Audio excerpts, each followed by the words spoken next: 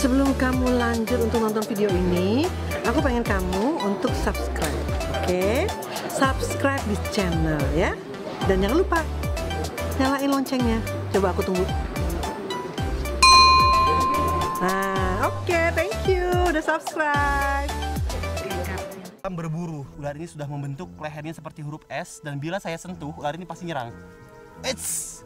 Bener.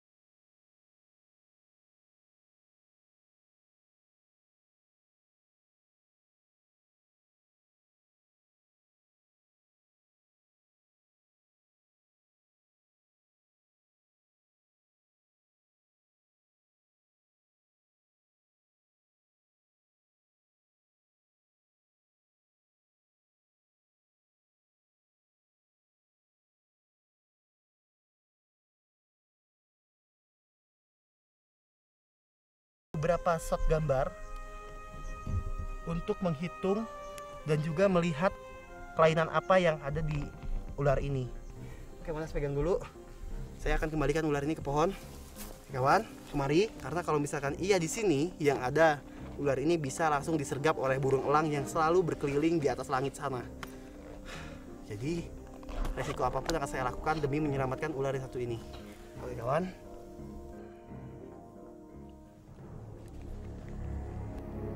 Kegesitan ular pohon yang satu ini cukup mengagetkan saya, sehingga serangan tiba-tibanya yang mengarah ke bagian hidung tidak sempat saya hindari.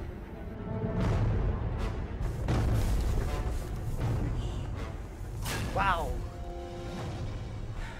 Tanpa diduga, ular ini barusan ngigit bagian hidung saya, dan lihat, ini darah mulai keluar.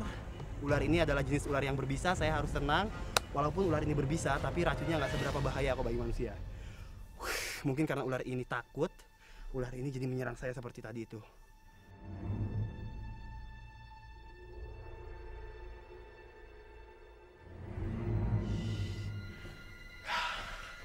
Gak apa-apa, itu adalah gigitan pertemanan. Saya nggak akan dendam sama ular ini. Ayo kawan, kemari, saya harus lebih berhati-hati lagi, tidak mencepelekan ular yang satu ini. Karena kalau saya mencepelekan ular yang satu ini, itu yang akan membuat saya celaka. Ayo kawan, mari.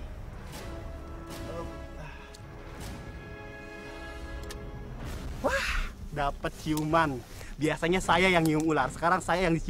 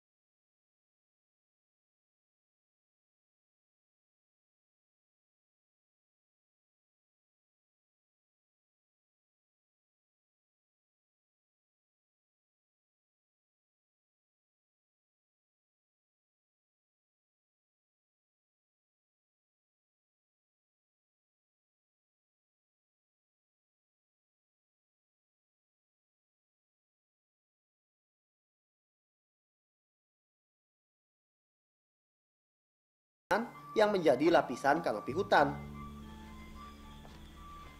Wah.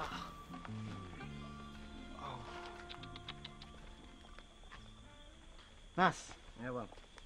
ini pohon loh Nas. Iya pohon tumbang ini. Pohon tumbang ini. Wow, coba lihat ini pemirsa. Ini bukan gundukan tanah yang terbentuk seperti ini. Ini melainkan pohon besar, pohon yang sudah lama tumbang ini. Lihat ini, lumut-lumut yang sudah tumbuh ini menandakan pohon ini sudah tumbang sangat lama. Dan bahkan ada beberapa tumbuhan yang tumbuh di pohon ini. Ini saya yakin adalah pohon yang sangat besar, yang tumbang sejak puluhan tahun yang lalu. Lihat, pohon ini sebagian kayunya udah kropos dan sekarang ini mungkin sudah banyak satwa atau beberapa jenis tumbuhan yang menjadikan pohon ini sebagai rumah atau tempat tinggalnya karena sangat lembab di sekitar sini. Oke, saya akan mengambil juga stok gambar untuk pohon ini. Pohon tumbang yang mulai terurai dengan tanah memiliki tingkat kelembapan cukup tinggi. Terlebih di dalam hutan hujan tropis seperti hutan Sibayak ini.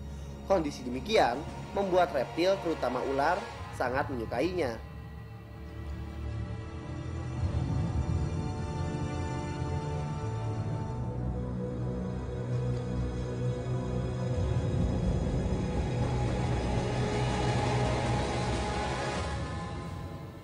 Reptil seperti ular, kehidupannya sangat tergantung pada semua sensor yang melengkapi dirinya.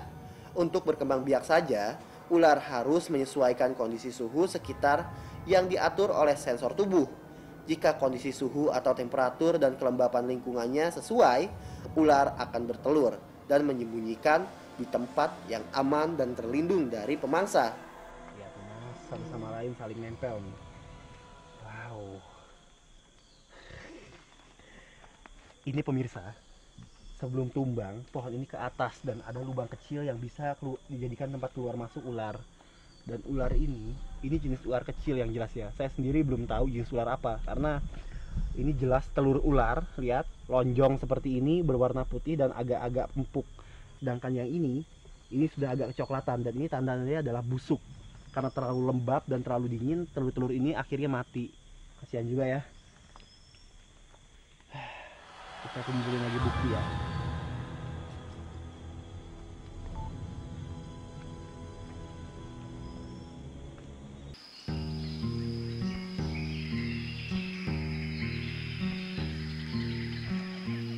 Menyusuri bagian demi bagian hutan Sibayak semakin membuat saya penasaran. Keberadaan telur-telur ular yang saya temukan tadi membuat saya ingin sekali menemukan induk pemilik telur untuk memastikan jenis ularnya. Hati-hati dan waspada menjadi kunci untuk menjelajah bagian dalam hutan Sibayak. Keterbatasan mata untuk melihat dalam hutan yang makin gelap menjadi kendala bagi saya. Kondisi demikian sebenarnya cukup berbahaya. Namun, rasa ingin tahu saya akan kondisi hutan dan satwanya mengalahkan rasa was-was.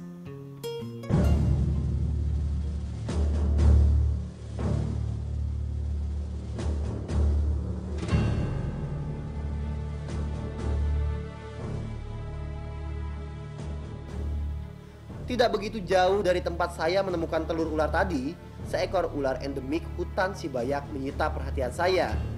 Kemungkinan ular inilah pemilik telur-telur yang bersembunyi di dalam kayu. Terbang. Kok ularnya terbang, Nas? Tuh.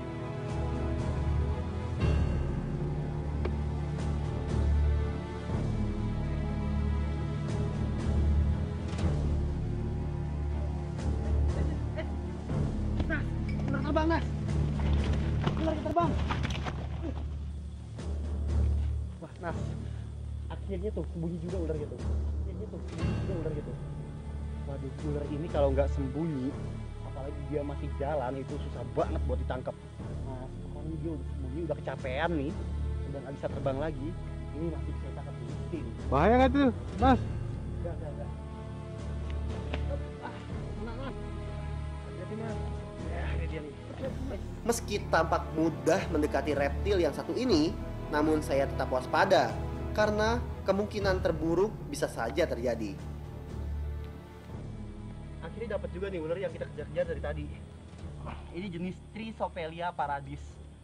Trisophelia paradis adalah ular yang biasa disebut ular terbang di Sumatera dan juga di Kalimantan. Sebagian orang di daerah Sumatera dan Kalimantan menganggap ular ini adalah ular mematikan yang bisa menyerang orang atau menggigit kepala orang dari atas ketinggian.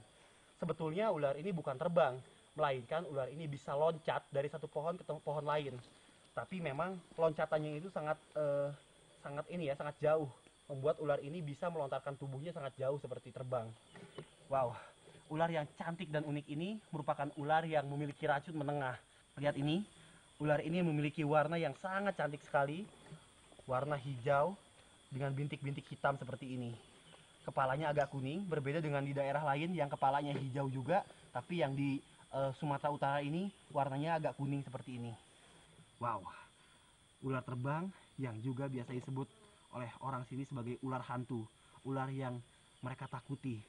Wow, tadi nggak bisa berkata-kata lagi nih karena nggak nyangka bisa nemuin ular ini di sini. Ular cantik banget nih. Tidak percuma saya menjelajah jauh menembus belantara hutan Sibayak. Berbagai spesies satwa endemik yang belum pernah saya temui sebelumnya bisa saya lihat dan berinteraksi langsung di sini. Meski hanya menguak sebagian kecil dari sekian banyak misteri